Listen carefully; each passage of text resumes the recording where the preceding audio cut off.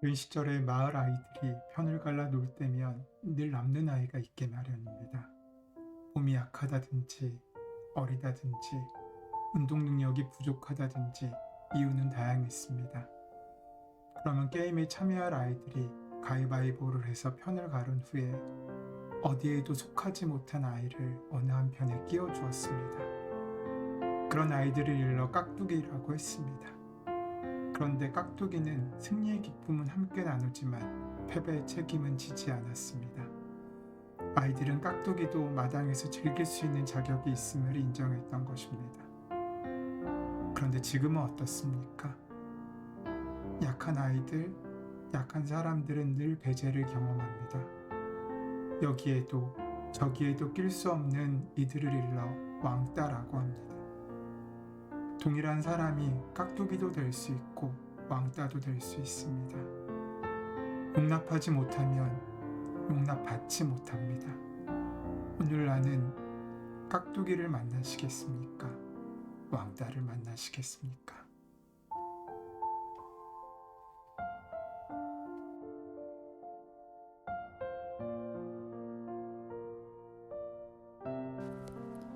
마태복음 22장 34절에서 40절 말씀.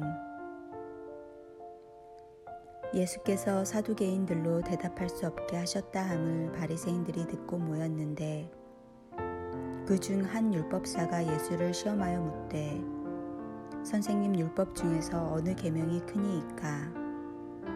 예수께서 이르시되 내 마음을 다하고 목숨을 다하고 뜻을 다하여 주 너의 하나님을 사랑하라 하셨으니 이것이 크고 첫째 되는 계명이요 둘째도 그와 같으니 내 이웃을 내 자신과 같이 사랑하라 하셨으니 이 두 계명이 온 율법과 선지자의 강령이니라.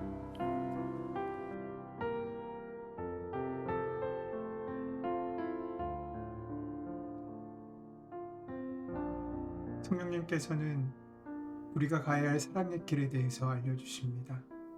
그런데 그 사랑의 길에는 유사품이 많습니다. 달아오르는 열정이나 저급한 욕망과 같은 사랑의 유사품들은 우리를 홀려 참된 사랑을 보지 못하게 만듭니다. 하나님께서는 그런 우리를 광야로 부르심으로써 우리에게 진실한 사랑의 길을 알려주시고 순수한 생수의 맛과 빛이 가득한 맑은 열정을 경험하게 하십니다. 그 사랑의 길을 현실에서 이루기 위해서는 우리의 마음 가운데 하나님의 은혜가 필요합니다. 십자가의 성 요한은 사랑의 수행에 세 가지 요소가 필요하다고 말합니다. 첫 번째는 사물의 본질을 깨닫는 능력인 지성, 두 번째는 사랑의 깨달음을 보존할 수 있는 기억력, 마지막 요소는 사랑을 이어갈 수 있는 의지력입니다. 이 세 가지 요소는 복음의 세 가지 덕인 믿음, 소망, 사랑과도 연결되어 있습니다. 지성으로 믿음을 통해 하나님을 온전히 알아가게 합니다.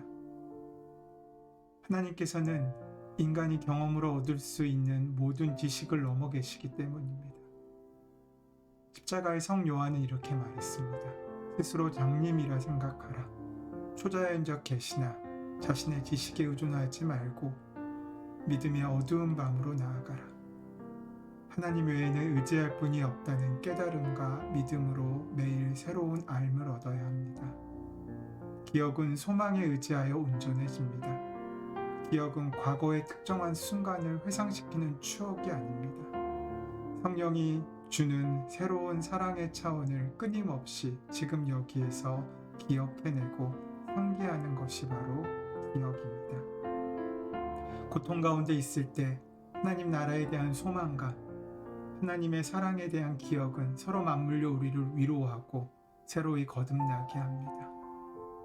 구약의 이스라엘 백성들이 문제에 봉착했을 때마다 하나님께서는 이스라엘아 들어라, 내 사랑을 기억하라, 내 사랑을 기억하면서 다시 일어나라고 말씀하신 것을 떠올리고 이를 소망해야 합니다.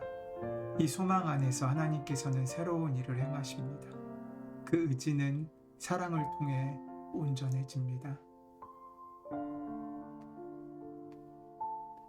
하나님의 말씀에 귀를 기울이고 그 말씀을 귀하게 살아가고자 했을 때 비로소 의지는 빛을 발합니다.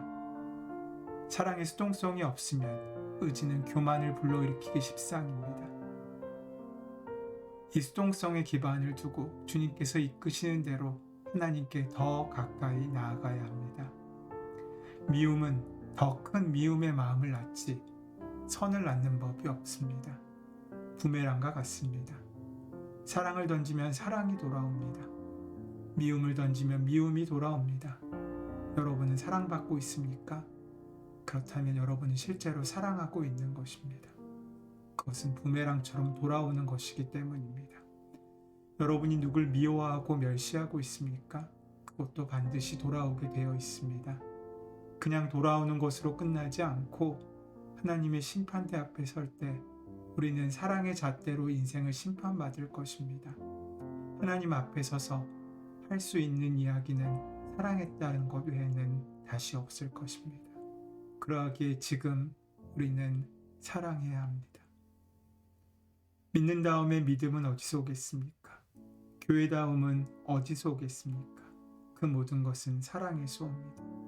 교회도 사랑이고 믿음도 사랑이고 그리스도인의 삶도 사랑입니다. 사랑이 없으면 모두가 가짜입니다. 지식이 많고 능력이 많아도 모두가 불합격입니다. 아무리 많은 사람이 모여도 아무리 많은 일을 하여도 아무리 신기한 체험이 일어나도 그 사랑이 없으면 그 교회는 불합격이요 그 믿음은 가짜라는 것입니다. 하나님께서 오늘 우리에게 그 사랑을 초대하십니다. 사랑으로 우리를 이끄십니다. 교회는 이 사랑을 경험하는 돕는 곳이 되어야 합니다. 이 사랑을 나누는 곳이 되어야 합니다. 믿음의 삶은 믿지 않는 사람들이 그 사람의 삶 가운데 그 사랑을 경험하도록 하는 작은 교회가 되어야 할 것입니다. 이 사랑이 눈에 보이고 손에 만져지게 해야 됩니다. 믿는 사람은 이 사랑을 경험하고 이 사랑으로 하나님을 사랑하고 이 사랑으로 이웃을 사랑하는 사람입니다. 이 사랑의 밀도에 비례하여 교회는 교회다워지는 것이고 믿는 사람들은 믿는 사람다워집니다. 그때에만 교회는 바깥 세상에 선한 영향력을 미칠 수 있고 믿는 사람은 소금과 빛으로 살아갈 수 있습니다. 사랑이 없는 구호만 남은 교회 활동은 무의미합니다. 사랑은 없고 구호만 있는 복음 전도도 무의미합니다. 사랑이 없는 믿음의 행위도 무의미합니다. 오늘 우리에게 허락하신 말씀이 무엇입니까? 하나님께서 우리에게 요청하신 최고의 강령은 하나님을 사랑하는 그 사랑으로 세상을 사랑하는 것입니다. 그 사랑을 찾고 발견하고 만나고 누리는 오늘 하루 되시기를 소원하고 축원합니다. 사랑의 주님, 저의 부족한 마음을 온전하신 하나님의 사랑에 맡겨드립니다. 믿음과 사랑과 소망으로 저의 지성과 기억과 의지를 온전케 하여 주시옵소서. 그 사랑에 합당한 복된 삶을 살고 사랑에 합당한 열매를 맺는 주여 열매를 맺을 수 없다면 씨앗이라도 뿌릴 수 있는 오늘 하루로 살아갈 수 있도록 우리를 이끄시고 역사하여 주시옵소서. 주의 은혜가 함께 하실 줄 믿사오며 감사하며 예수님의 이름으로 기도드립니다. 아멘.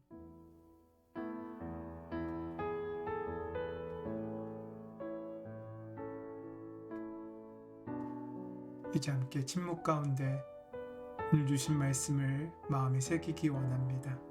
주신 말씀을 기억하고 묵상하며 그 말씀이 오늘 우리의 현실이 될 수 있도록 주님께 온전히 기도함으로 오늘 하루를 시작하시기 바랍니다.